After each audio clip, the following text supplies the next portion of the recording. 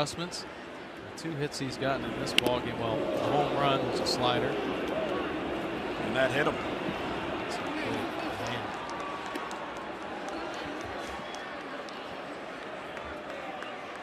John Gibbons doesn't think so. He's going to come and talk to Mike Winters. He thought it hit the bat.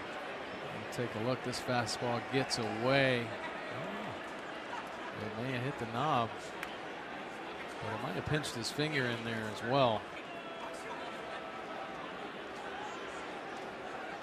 And they are going to look at it.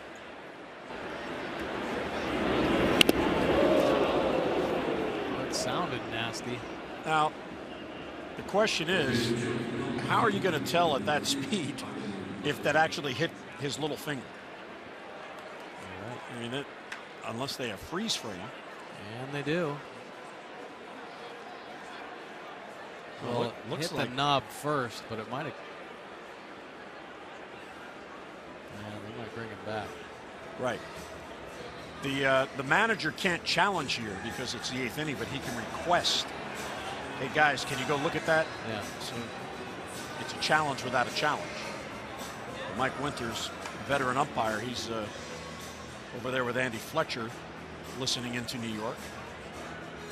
Another look here. Yeah, it looked like it may have grazed his finger, but again, it has to be obvious to overturn the call. That's right. And that's not obvious. Not very conclusive.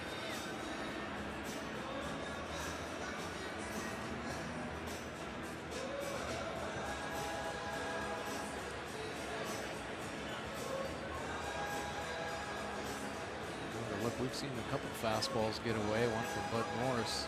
Now Rogers. Yeah, on that one, it looks like it even got more of his hand on that angle.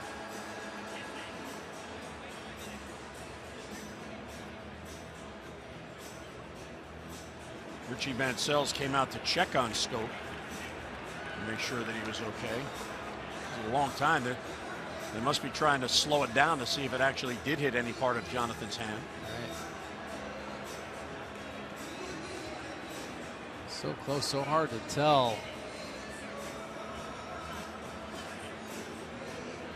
I mean, the knob of the bat, it clearly hit, and they're going to allow him to stay at first base. So New York agrees with the call of Winters, or does not have enough evidence to overturn the call of Winters. Well, the pinky's right there on the bottom of the, the knob anyway. So could have caught both at the same time. And just so hard to tell. They had to award him first base. So the hit by pitch stands. Jonathan, you see, is grabbing that hand. The batting gloves off when he got to first base.